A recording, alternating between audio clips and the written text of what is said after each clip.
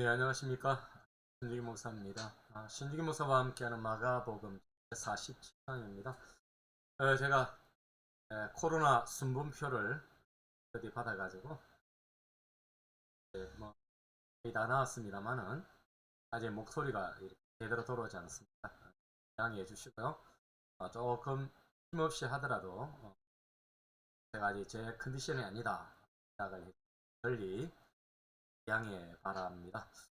오늘 본문은 마가복음 9장 30절에서 37절의 말씀인데요. 이 본문 가지고 낮은 자의 삶의 원리다 라고 하는 그런 제목으로 여러분들과 함께 그렇게 말씀에 은혜를 받고 또 보는 그런 기회가 되기를 바랍니다. 먼저 말씀을 읽겠습니다. 그곳을 떠나 갈릴리 가운데로 지날새 예수께서 아무에게도 알리고자 아니하시니 이는 제자들을 가르치시며 또 인자가 사람들의 손에 넘겨져 죽임을 당하고 죽으지 3일 만에 살아나리라는 것을 말씀하셨기 때문이더라. 그러나 제자들은 이 말씀을 깨달지 못하고 묻기도 두려워하더라. 가버나움에 이르러 집에 계실새 제자들에게 물어 이르시되 너희가 길에서 서로 토론한 것이 무엇이냐 하시니 그들이 잠잠하니 이는 길에서 서로 누가 크냐 하고 쟁론하였습니다. 예수께서 앉으사 12제자를 불러 이르시되 누구든지 첫째가 되고자 하면 무사람의 끝이 되며 사람을 섬기는 자가 되어야 하리라 하시고 어린 아이 하나를 데려다가 그들 가운데 세우시고 안으시며 제자들에게 이르시되 누구든지 내 이름으로 이런 어린 아이 하나를 영접하면 곧 나를 영접하며 누구든지 나를 영접하면 나를 영접함이 아니요 나를 보내신 이를 영접함이니라. 아멘. 여러분, 이 내용은 우리가 앞에서 보았던 귀신 들렸던 아들을 낫게 한 그 장면 있죠? 그 장면 바로 이후에 나타나는 내용 아니겠습니까? 그래서 예수님께서 그곳을 떠나서 베나산 밑에 있는 마을을 떠나서 갈릴리로 가셨다. 가운데로 지나실세라고 그렇게 말씀하십니다. 예수님의 지금 사역의 행보에 있어서 목적지는 예루살렘입니다. 이제 예수님이 한 1년 동안의 공생의 기가 중에 마지막 1년은 고난의 시간인데 헤롯 안티바스에 의해서 죽임 당하는 것을 면하기 위해서 또 예수님께서 아직은 십자가를 져야 될 때가 아니기 때문에 갈릴리 지방 즉 가버나움을 중심으로 사역하던 것을 떠나셔서 이방 지역을 다니시죠. 두로와 시돈 지방으로 그렇게 떠나시다가 가이사라 빌립보까지 가시고 그 다음에 그 산 밑에서 귀신 들린 아들을 낳게 하시고 다시 이제 갈릴리 가운데로 지나가는 그런 장면입니다. 그러니까 굉장히 역동적으로 지금 마가는 기록을 하고 있죠. 자, 이런 가운데 오늘 본문에 보니까 예수님이 죽임을 당하고 3일 만에 살아나리라 라는 것을 말씀을 하셨습니다. 베나산에서 내려올 때도 말씀을 하셨고 또 지금 다시 재차 말씀을 하고 계시는 겁니다. 이때에 제자들은 이 말씀을 깨닫지 못하고 묻기도 두려워하더라.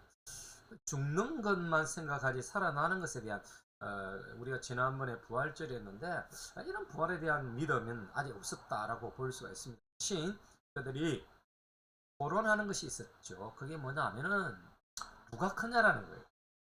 자, 예수님의 나라, 하나님의 나라는 제자들이 생각하는 그런 하나님의 나라가 아니죠. 예수님이 통치하시는 그런 하나님의 나라는 그런 나라가 아닌데 세상 나라로 생각한 제자들은 그 이제 예수님이 예루살렘에 들어가시면은 이제 뭔가 왕권을 주시고 이 정치가 완전하게 이제 뭐 변화되지 않겠느냐 이런 여러분 왕좌에 앉으실 것에 대한 기대를 가지고 그럼 우리 중에 예수님이 왕이 된다면은 누가 거기에 가장 가까이에서 그렇게 있을 수 있을 것인가 막 그런 쟁론이 일어났던 것으로 보입니다. 자, 이 본문에서 우리가 하나 느낄 수 있는 게 뭐냐면은 동상이몽이에요. 즉 희생적 죽음의 길을 걸어가는 예수님과는 다르게 그 뒤에서 행렬의 순서 그분이 왕이 된다면은 우리는 어떤 위치에 있게 될 것인가 누가 좋은 자리에 앉을 것인가 라고 하는 그런 자리 다툼을 하고 있는 그런 제자들의 모습을 보여주는 것입니다. 여러분, 동상이몽이 예수님은 십자가에 죽으시고 죽으심에 대한 걸음인데 그들은 불을 짓밟고 어떤 제자들, 나머지 제자들을 짓밟고 나는 어떤 자리에 서게 될 것인가 라고 하는 그런 다른 꿈을 꾸고 있었다 이 말입니다. 우리가 예수를 믿는 것, 우리가 신앙생활하는 것도 마찬가지죠. 우리가 바로 가고 있는 것인가를 한번 생각해 볼 필요가 있지 않습니까? 여러분, 우리의 최종의 목적지는 하나님의 나라입니다. 근데 하나님의 나라를 향해서 달려가는 저와 여러분의 삶에 있어서 과연 십자가의 길을 따라가고 있는가? 내 몫에 태인 십자가를 지고 따라가는 것인가? 아니면은 그 십자가를 올려먹고 그 십자가를 통해서 십자가의 죽으심이 아니라 그것은 무늬뿐이고 나는 또 다른 뭔가를 추구하는 것은 아닐까를 생각해 볼 필요가 있는 것입니다. 여러분, 기독교는 낮아짐이 있죠. 예수님의 걸음은 낮아짐입니다. 고난당하고 죽으시는 게 주님의 목적입니다. 그러나 여러분, 오늘 제자들의 모습이나 우리의 모습은 아니에요. 예수를 믿어서 예수 믿는 것을 이용해서 우리는 인생에 이렇게 성공에 대한 꿈이, 앰비션, 야망이 우리의 비전처럼 그렇게 탈바꿈하고 가면을 쓰고 있지 않는가를 생각할 필요가 있는 거죠. 여러분, 낮아지고 작아진다라고 하는 것은 첫째가 되려고 애쓰는 것이 아니라 우리 예수님 말씀하신 끝이 되고 섬기는 자가 되어야 한다는 것입니다. 여러분, 이것이 십자가의 삶이요 제자도인 것입니다. 오늘 저와 여러분이 예수 믿는 데 있어서 굉장히 중요한 가치관 하나는 바로 제자도입니다. 십자가가 있는 제자도인 것입니다. 여러분, 이것이 우리의 삶의 중요한 아젠다가 되어야 하는 것입니다. 자, 여러분, 그렇다면 기독교의 가치관은 무엇일까?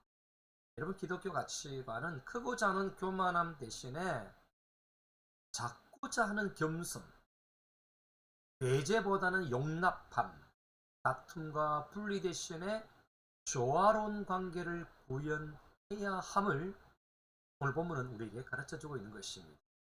자, 그래서 제가 이런 그림을 한 그려봤습니다. 굉장히 멋있는 장면인데 기독교 가치관은 바로 이거예요. 누구를 짓밟고 내가 성공해서 크고자 하는 그것이 기쁨이 아니라 바로 이거죠. 내가 낮아짐이에요. 아, 당신이 큽니다. 당신이 대단하십니다. 나는 아닙니다. 나는 당신을 위해서 섬기겠습니다.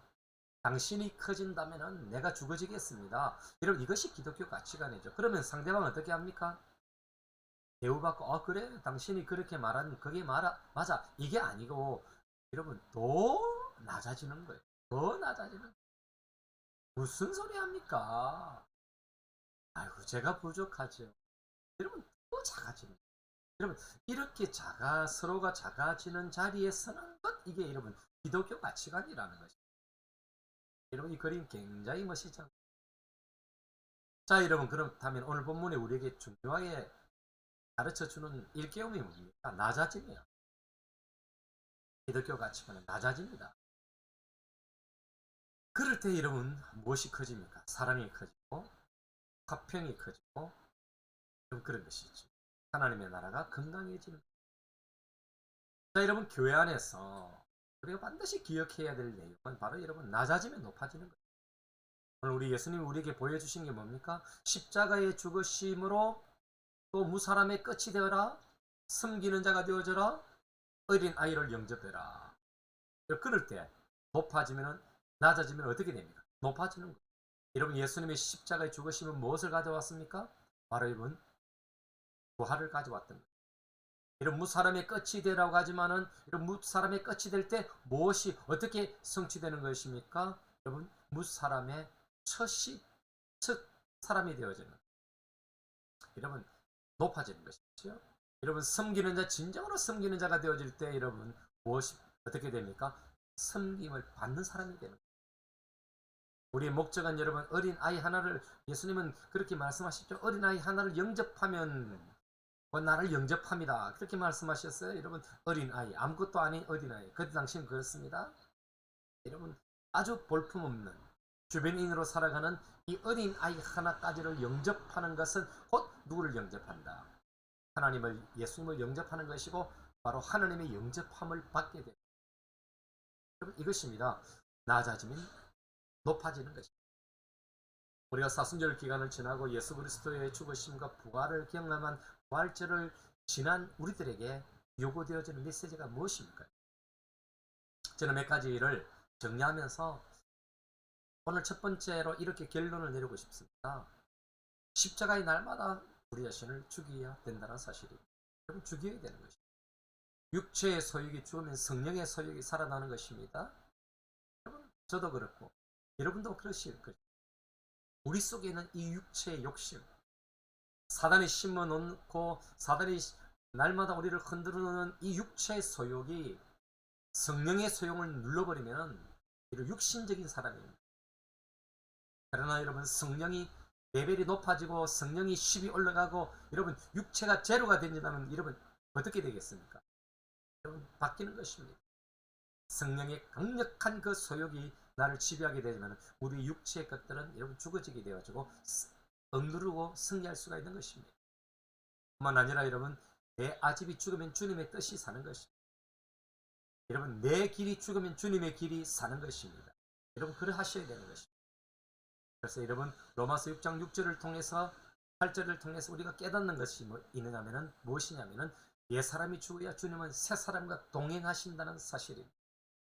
이번 한 주간 우리가 오늘 1차적인 그런 본문을 끊어서 결론을 내리겠는데요. 이번 한 주간 우리의 옛사람, 육체적인 것, 여러분 내 아집, 내 길, 높아지려고 하는 것, 살아나려고 하는 것, 누군가를 짓밟으려고 하는 것, 여러분 이것에 대한 십자가를 거기에 태우고 내 자신을 죽여서 그리스도가 높임을 받게 되어주고 내 자신이 진정으로 주님 앞에서 죽어짐으로 주님의 십자가에 가까이 가는 그런 한 주간 되시고 성령이 내 속에서 강력하게 살아서 육체의 것이 죽어져서 성령의 충만한 그런 지배를 받는 한 주간의 삶이 되시기를 주님의 이름으로 축원합니다.